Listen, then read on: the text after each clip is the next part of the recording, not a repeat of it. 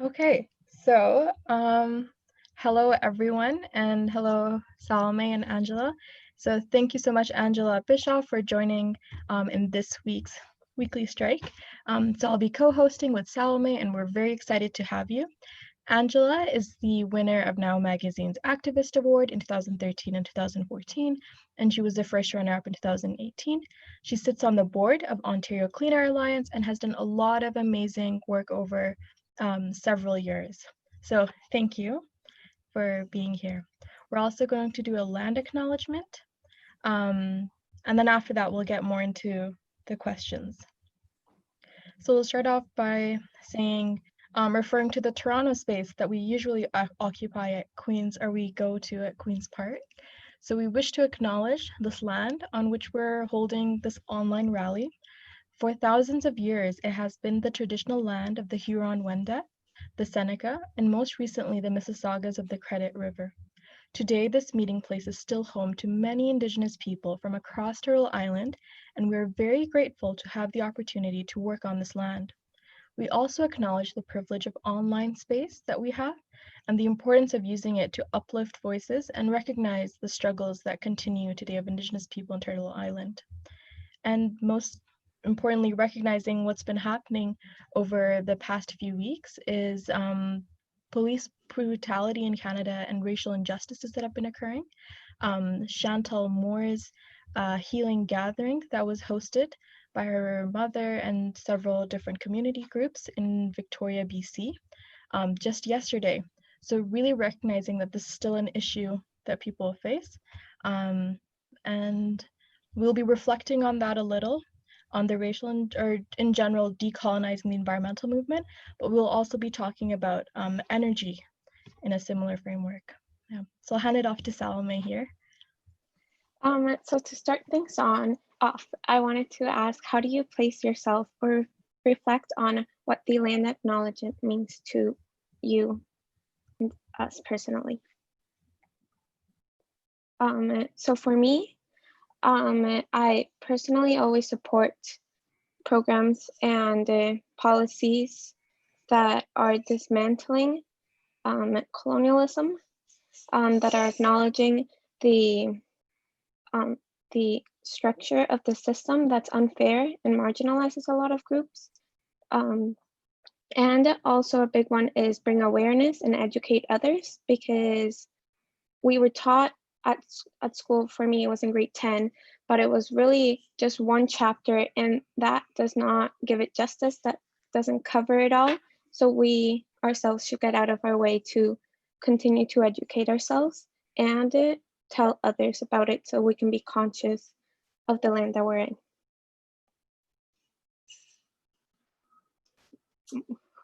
Anybody else would like to add? Sure. For me, that beautiful land acknowledgement, excuse me, it places me in a geographic context, but not just geographic, but racial context and historical context, and reminds me that I'm a guest on this land. It reminds me that I have so much to learn from Indigenous communities that were here long before me and my people, and that I am reminded that they lived here for tens of thousands of years sustainably.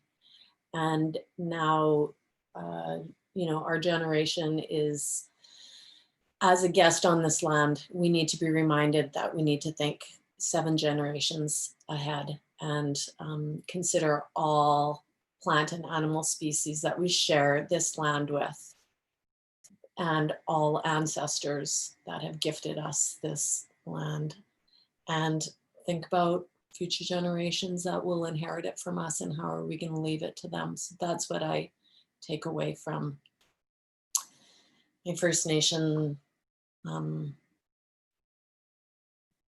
brothers and sisters and gift that they offered us. Thank you for that beautiful land acknowledgement.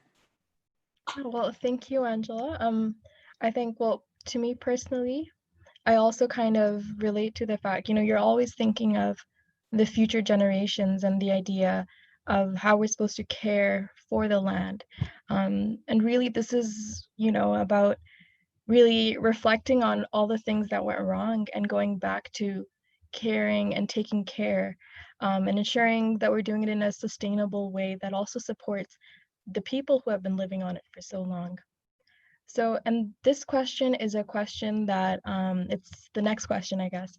It's a little more, it's very direct, and it's something, um, that people, I guess, it's what do you get from the land acknowledgement, right? What is something actionable? So this question I'll direct to you, Angela, and then maybe, Salome after. But what intentions do you have to disrupt and dismantle colonialism beyond this territorial acknowledgement? Well, my my intention with all my work is to build solidarity, build networks, and very specifically to break down or to transition our existing energy systems into a much more sustainable, democratic, decentralized, reliable, resilient, clean energy system. So very specifically, my work is to dismantle the energy system that we have today, which in many ways is working to keep our lights on, but it's very expensive. It's leaving a toxic legacy for future generations and existing generations because it's dirty and disruptive of the planet and ecosystems. And to help push provincial policy to move in a much more sustainable way. And so, we're calling for a just recovery and using this opportunity to really shift our financial and economic priorities, both specifically we focus on the provincial level because the provinces deal with energy, and currently our energy systems in Ontario are completely focused or almost completely focused on expanding and rebuilding our aging nuclear and gas infrastructure. So moving forward with fossil fuel based and nuclear energy system, rather than moving in the same direction as the rest of the world and where we really need to go, which is a renewable energy system, which is much more benign. I'm not saying it's perfect. Wind, water, solar have their drawbacks as well, but they're much more benign than fossil fuels and nuclear power, and that's the direction we need to go. So that's all of my energy, my research, my outreach, my networking is focused on dismantling the current, you would say colonial, but the current centralized energy system, which based on fossil fuels and nuclear power, and transitioning to an energy system which is much more decentralized, gives the power back to First Nations communities and small communities, much more democratic. Communities can decide how they want to get their power, much cleaner. I mean, the worst thing we want to do is go back to, the way the energy systems were before the pandemic, which was, China couldn't see their skies or their sun because the air was so dirty, and that's because of burning of fossil fuels. We are experiencing the hottest years ever on record, and that's because we're burning fossil fuels. We're leaving a toxic legacy of nuclear waste for primarily First Nations communities to, we're offering it to them to store. We're going to pay them or something to store for millions of years, and they don't want it. And so we need to shift the focus, create more jobs, decentralize, and decarbonize our energy systems. Such a good answer. For me personally, a big one that I've thought about a lot is actually being mindful about when you're doing the land acknowledgements, to not just say them, but think about it like the history of the land, all the people that have been affected by it, to and also to take action. But a big action that I like to do is to respect, listen, and learn from Indigenous groups, because they have been the ones fighting from the start, and this land belongs to them. So amplifying their voices, seeing their lead and following them. So I would say that's a really big one for me personally. For our next question, we have for Angela specifically, given your work around energy, what do you think about the Alberta Bill 1 that restricts the rights to protest for Indigenous, for First Nation people? Yeah, so Jason Kenney and Bill 1,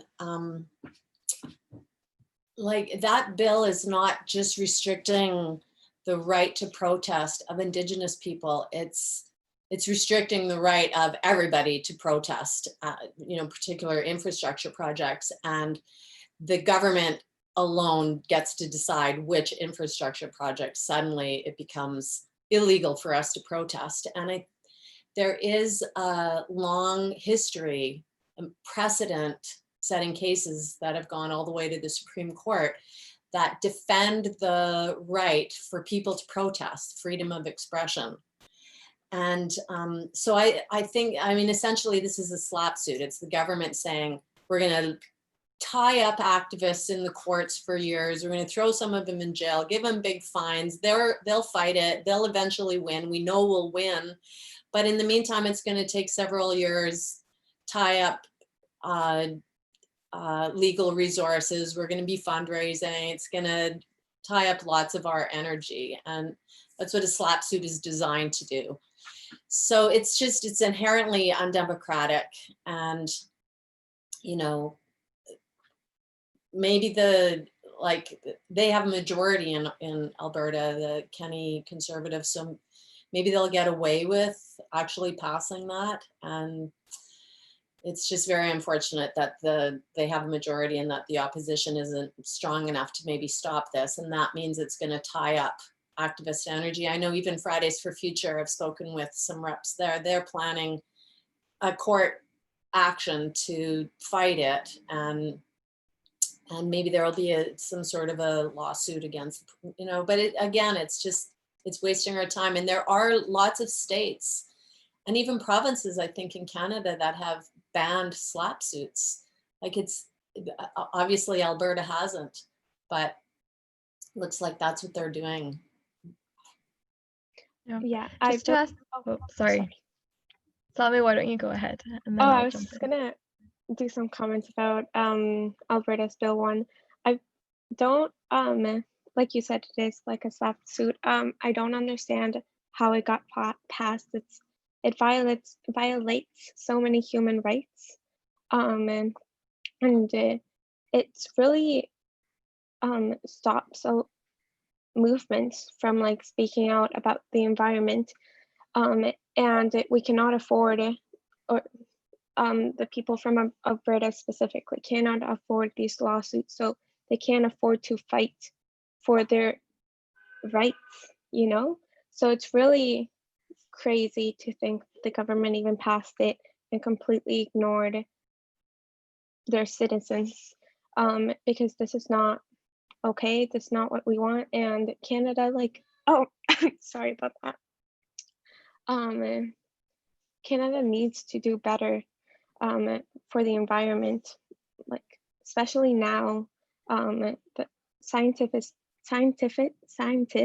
have shown us again and again throughout the years that we have to do better, and then they block us from even trying to change. So really disgusting, to be honest.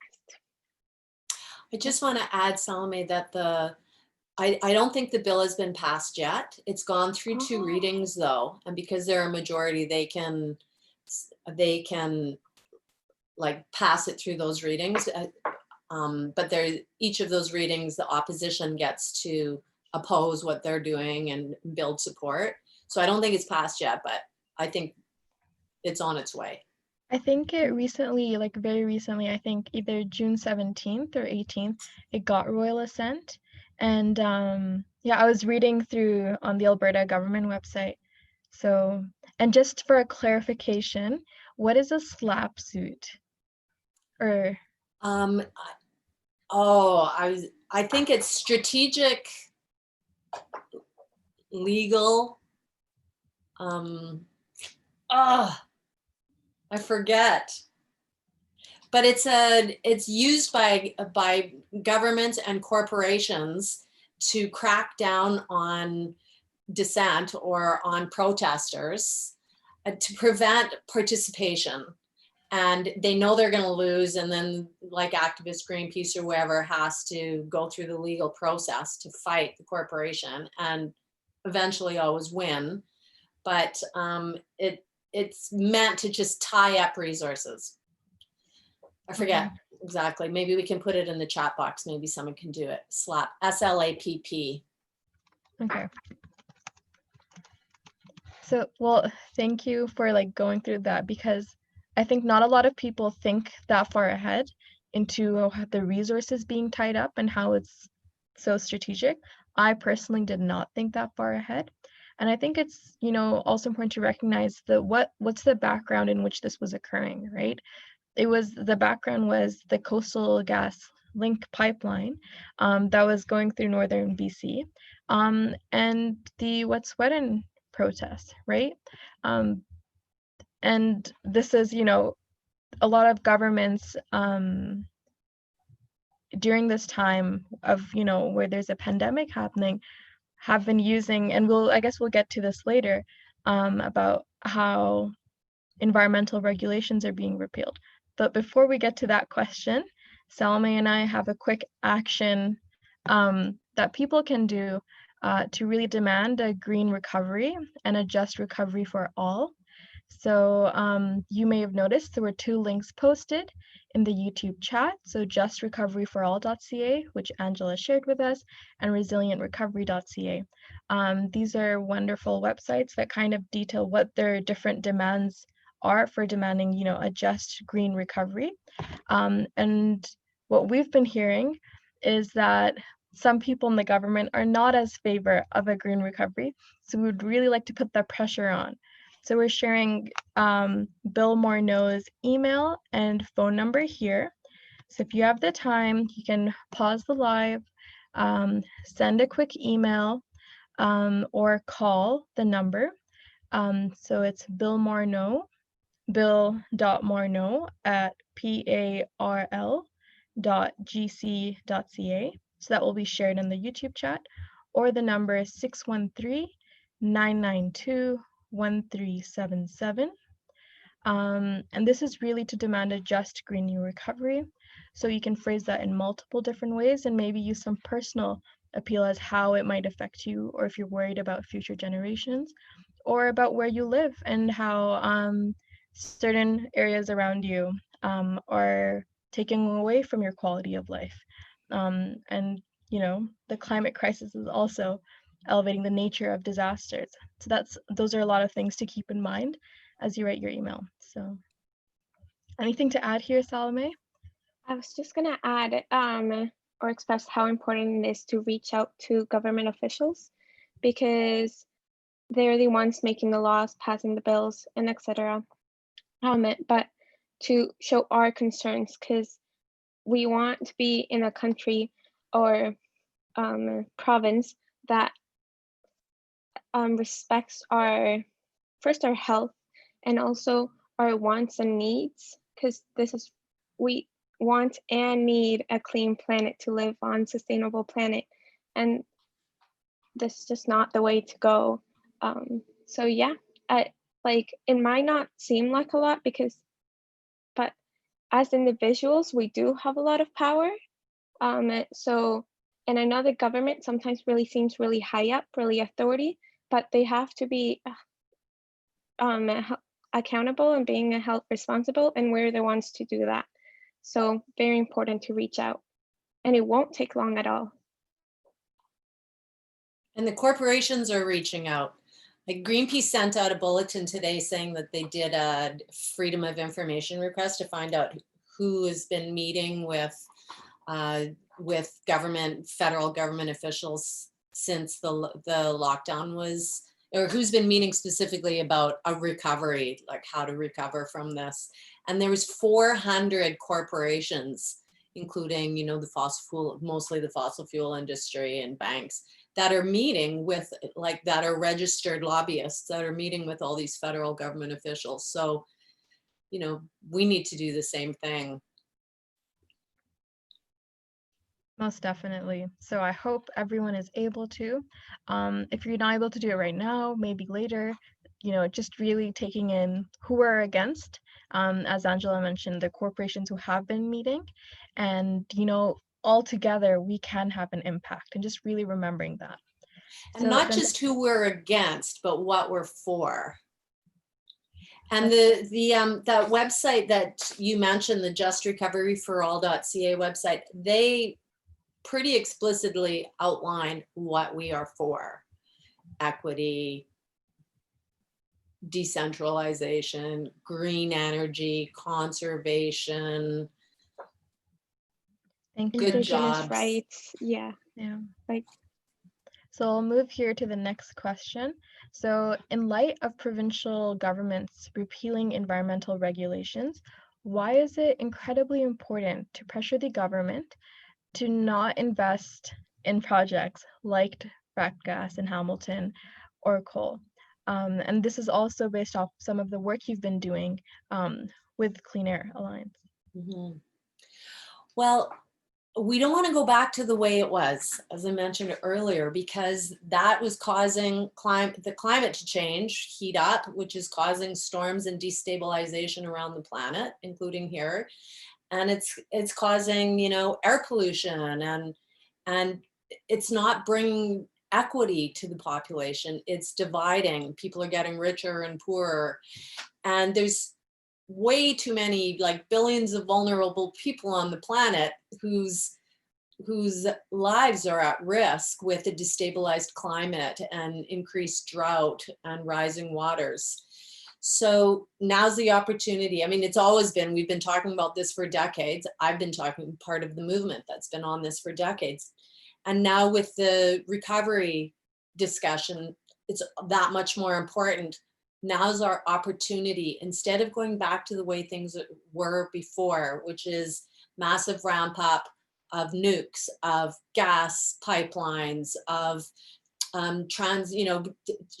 taking the tar sands out of Alberta and shipping it over, like, to Vancouver ports and overseas. Instead of that model, it's time for us to go renewable. And in Ontario in particular, that's where I focus my energy, is Ontario.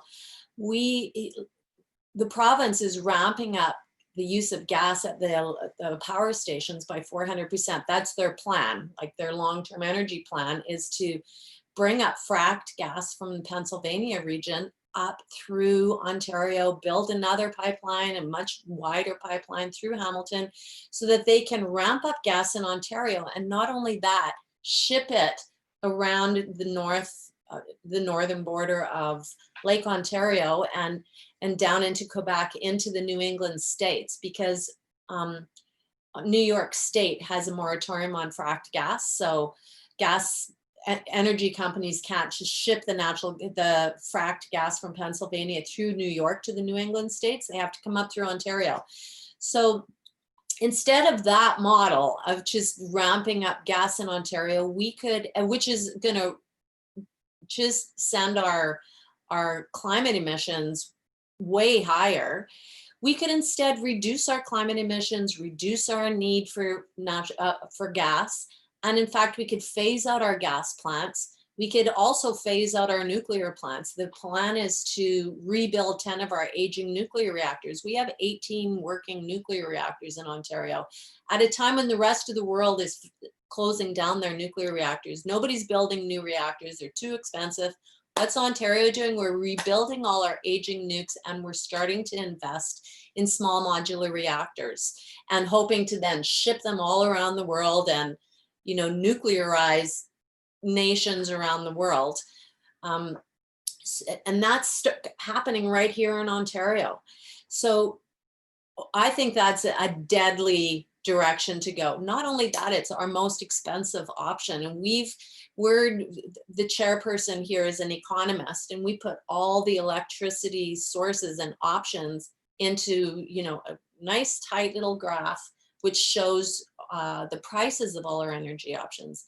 And the prices for nuclear and gas are much higher than the prices for wind, solar, and water power in Ontario. And conservation is even like the lowest option. So our renewable options are cheaper. They create more jobs per dollar spent. They're cleaner. They're reducing emissions. And why would we in any way like go the direction that we've been going, which is the most expensive route, the most dangerous route, and the most toxic route? It's only because of corporate lobbying that is pushing that agenda. And it's up to us to push an alternate agenda. And people, listeners, please, if you can buy into this, to my agenda, what we're proposing, we invite you to sign a petition, but also whenever you sign, it sends a letter to the leaders of all the provincial parties, which says, we want a renewable future, which focuses on conservation, wind, and water power, because we could import water power from Quebec. We're not talking about new dams. Quebec has massive surplus. You can just get on board with that agenda by going to OntarioClimateAction.ca, sign the petition, which sends a letter to all the leaders of all the provincial parties, and then you'll get our regular updates. Like every couple of weeks, we'll send a bulletin with an action component, send a letter here, make a phone call here. We're pushing now for this gas plant phase out, but we've been pushing for decades for also the nuclear phase out, the gas plant phase out, and a transition to a renewable Ontario. And it's so doable, especially in Ontario, because we can supplement our renewable and made in Ontario renewable energy and conservation with water power from Quebec, which they have a massive surplus and no market. So OntarioClimateAction.ca, join our campaign for a renewable Ontario. I was gonna say it's really frustrating them continuing to build new pipelines when we've been begging, and the environmental community begging for decades for the government to do better, to listen to us, and to, with all of that money, like you said, we can go towards a cleaner future, more sustainable future, which is what we need. But at the moment, they're going down a road that's gonna leave us with no real future, with a polluted planet, and with the next generations, they're gonna be the ones with the biggest consequences. And it's not okay for them to do that at all. They're taking our futures away. If like my children's futures away, and I don't know why I'm struggling.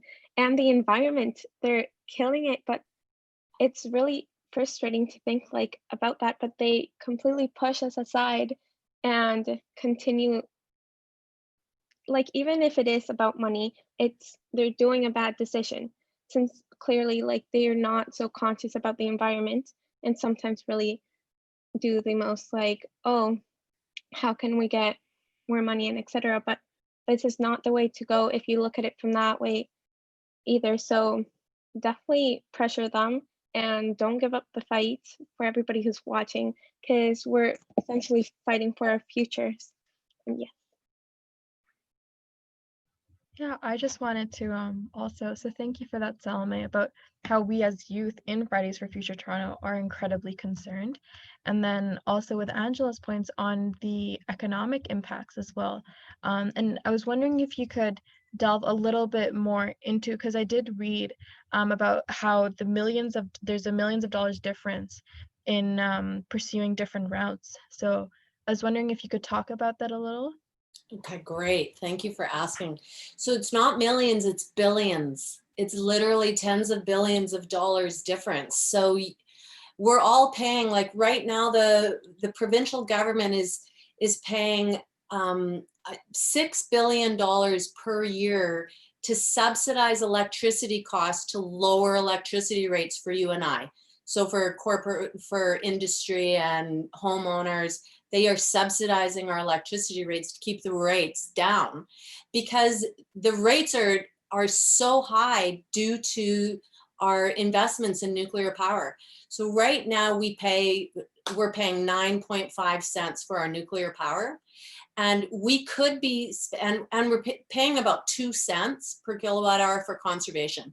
We could ramp up our conservation. We've done all the studies, not just us, but lots of Navigate Consulting, different companies are doing the studies. By investing in conservation, we reduce our demand so that we don't have to rebuild our aging nuclear reactors. Water power from Quebec would cost 5 cents. So by doing a deal with Quebec, we would pay 5 cents a kilowatt hour instead of 9.5 cents a kilowatt hour, which is what we're paying to OPG to keep our nuclear reactors running. So that difference is billions of dollars. And then OPG wants to rebuild our aging nuclear reactors, and they say that's going to cost, by 2025, they're going to be charging us 16.5 cents a kilowatt hour. Meanwhile, wind and solar are already less. Like Alberta bought wind and solar last year in 2019 at a cost of 4 and 5 cents a kilowatt hour.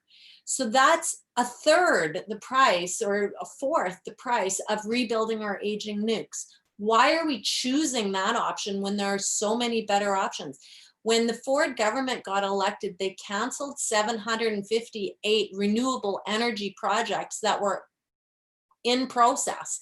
A couple of the wind farms were already built, and they canceled them, and they're taking the turbines down. So it's clearly an agenda that hates renewable power and loves nuclear power. The difference is billions of dollars. Like they're planning, what they claim to rebuild Darlington, which is 4 reactors, is $13 billion. With $13 billion, to upgrade the lines to be able to import that much water power from Quebec is like way below $1 billion right there alone. And we don't have the waste to deal with right now. The waste being generated at Pickering and Darlington and Bruce nuclear stations, these are amongst the largest stations in the world, nuclear stations in the world. The Bruce station is the largest. They're all generating this electricity. They're looking for a place to, or this waste, they're looking for a place to store it and abandon it.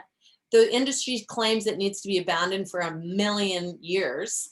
Of course, they're looking on Indigenous lands to do that. Right now, they're looking around the Bruce.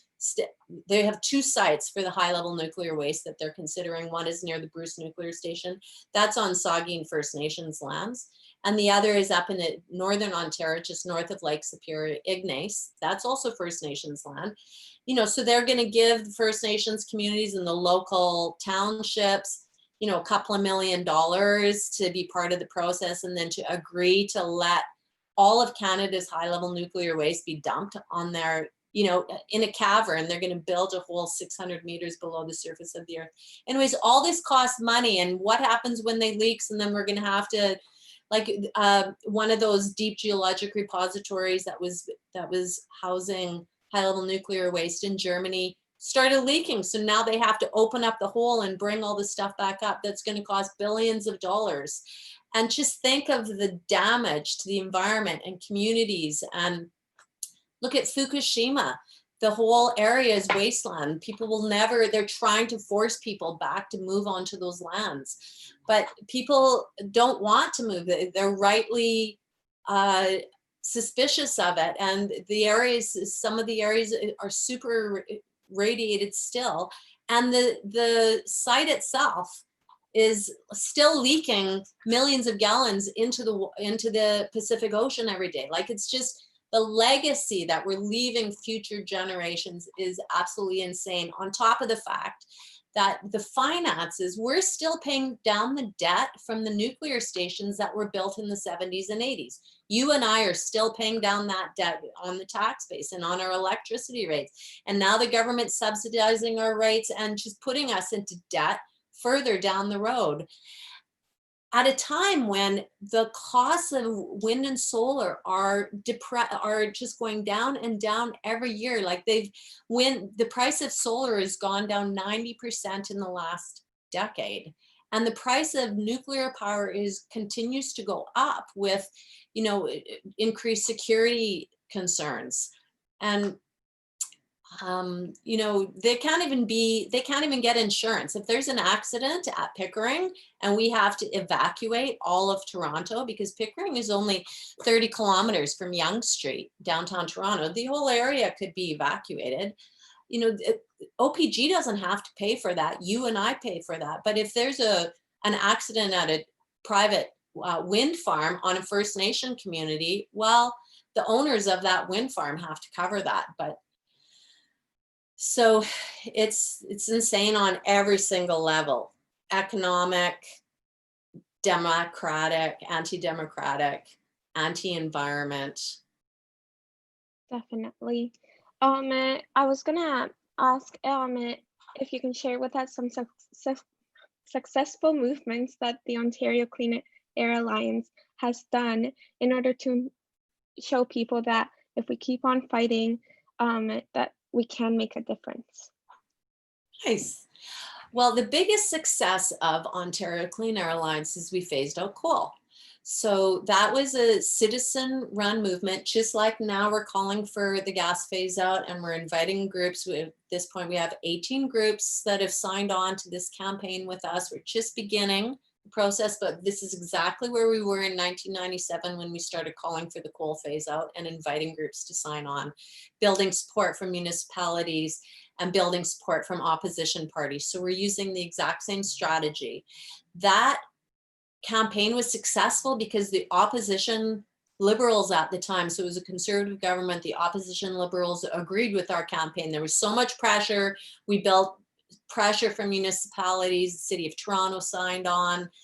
And the opposition Liberals took advantage of that and said, we also want to phase out coal. We have cleaner ways to produce electricity. And that put pressure on the governing Conservatives. And they agreed and they began the coal phase out campaign. Then the Liberals won the next election and they had to follow through with their promises that they had made as leaders of the opposition, as the opposition party. Now we're in the exact same position. We're saying to the Liberals, Green Party and the NDP, here's your opportunity to call for a gas phase out. It's very clear. We've done all the research. This is how we could do it. It would be cheaper. We would be able to meet our climate commitments as a province if we phased out gas. Instead of ramping up gas, we phase it down, because otherwise, how else are we going to meet our climate targets? So we just need an opposition party to go to bat, and the dominoes will fall from there, hopefully, and then the Conservatives won't win the next election for various reasons, and whoever is in charge can then call for the phase out, because we own those plants. We own the nuclear plants, we own the gas plants, not all of them, but many of them, and we can phase out gas in the province. We can direct the Independent Electricity System Operator, which is a branch of the provincial government. We can direct them to, instead of investing money in nuclear power, to instead do deals with Quebec to import their low-cost renewable water power, to instead invest in direct companies to invest in conservation, to make it profitable for companies to invest in conservation rather than burn gas. So there's lots that a provincial government can do to direct the future of our electricity system. And we learned that from the coal phase out.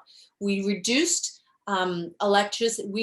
climate emissions from the electricity sector in Ontario, I think by 93%, just by phasing out coal. It took 17 years, and one by one, like, it didn't happen overnight. It took the 17 years from the start of our campaign until 2014, when the last lump of coal was burned for electricity. And over the time, every couple of years, another coal plant was shut down and it was replaced with wind and solar, water power, conservation, and we reduced our carbon emissions. And now the province wants to reverse that. So citizen activism works. And really it was a very, like, we're only 2.5 people, a policy person, me as outreach, and a communications half-time person. So that campaign, you know, found legs from really strategic, smart lobbying and building support from the broader public and municipalities and unions, First Nations. So building corporations coming together to support that campaign. And now we're just modeling, we're repeating the same campaign focusing on gas. We have been doing the same campaign with nuclear power for years, but haven't had the same success. But we're still working on that. We're still working on that. That's very good. Thank you so much for constantly fighting for your work and fighting for a cleaner environment and cleaner planet. I was just going to add that this is why it's incredibly important to be mindful of who we vote for, to make sure that they actually genuinely care about us and our future. So they care about the environment, care about social equality, and our rights, which is a huge one, because that's how we can get them to make a difference if we vote them in. So for our next election, even though we won't have one for a little bit, but to be mindful about it and to not think about the just now, what do we want now, but for our futures, to make sure that they're going to go down the right path. So I believe Amina had a question for us. Yes, so I'm just going to set up the question a little, but we got a comment in the YouTube section.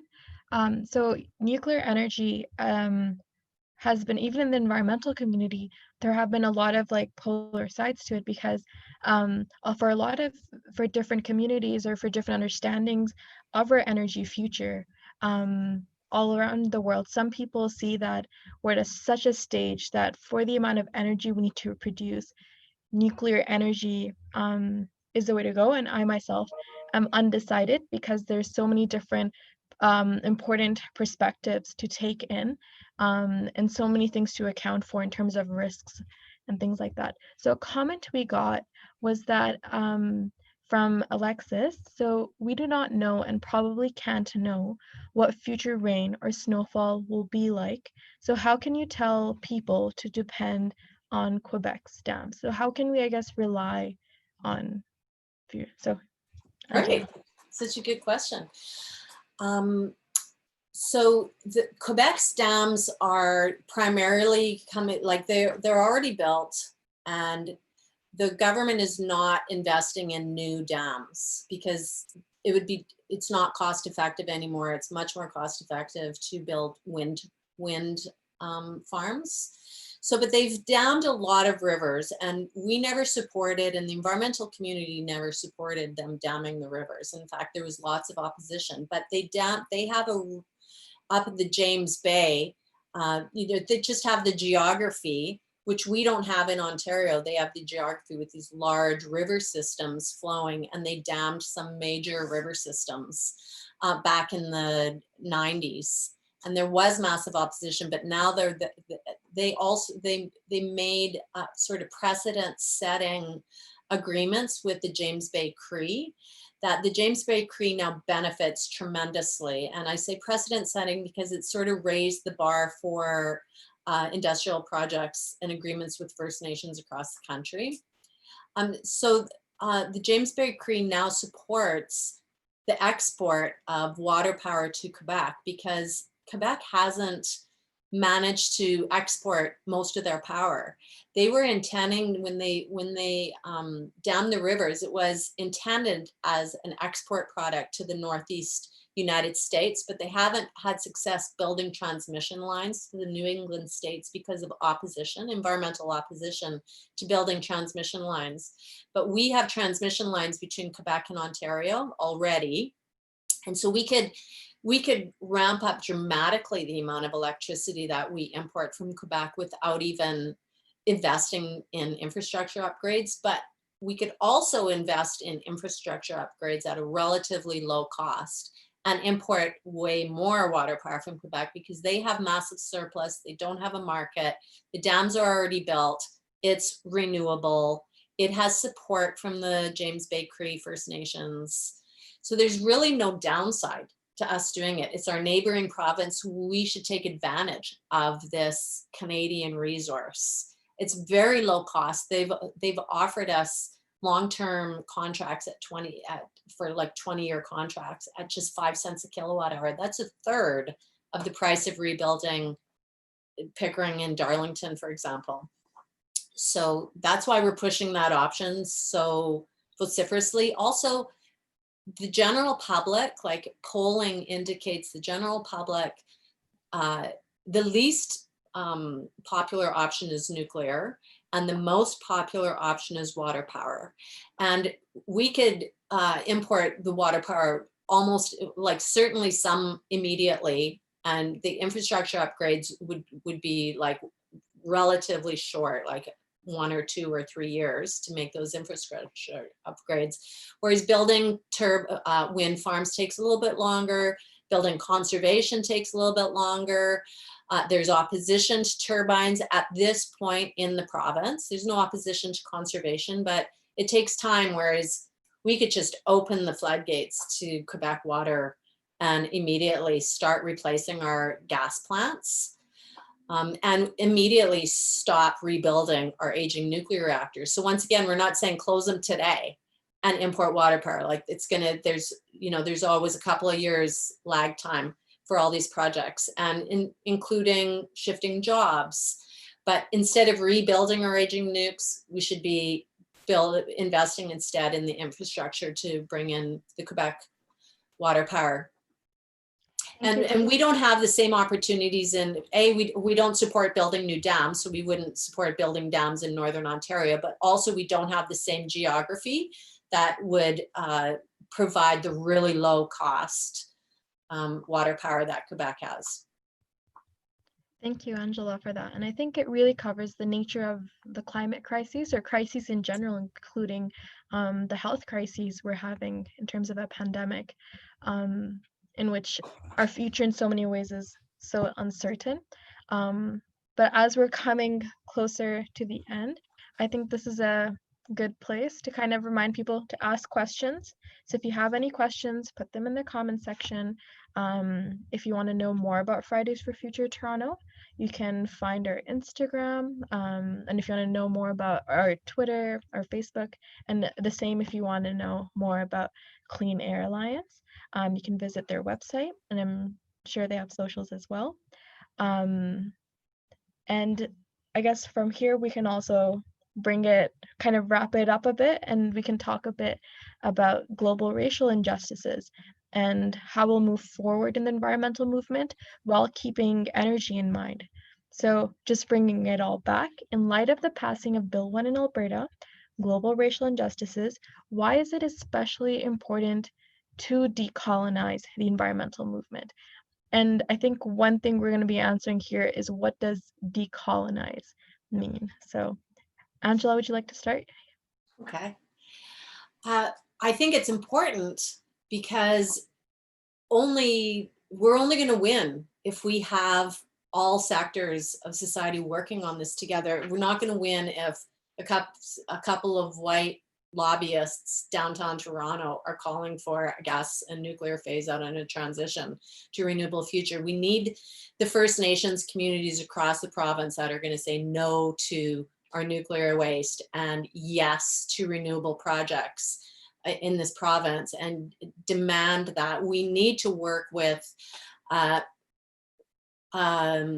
communities of color that say, we want jobs in a clean tech sector. We want jobs in wind and solar. We want jobs in conservation. Those sectors create way more jobs per dollar spent than the highly centralized nuclear and gas industry, which do not require many jobs per dollar spent.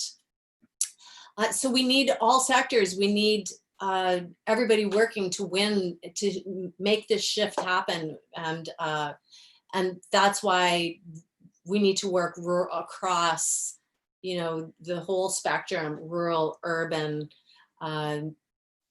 professional, tech, corporation. That's my goal in working in building a network across all sectors. And I believe it's really important to be mindful that marginalized communities are the ones that are being hit the hardest with the climate crisis, and will be hit the hardest in the future. Like, it'll just continue. So definitely need to fight with them for a better future for all of us. Just to add on here, thank you, Salome, and thank you, Angela, for that. So my personal reflection on what does it mean to me in decolonizing the environmental movement? And as to what Salome said is, who are the people who are going to be most affected? And then asking, why are their voices not being highlighted or amplified in the environmental movement? For example, Fridays for Future Toronto, we're seen as a very, neutral, or like we're seen as a body that isn't very, these are youth who are fighting for a future, but we're seen as being acceptable to, white media and like around in that space.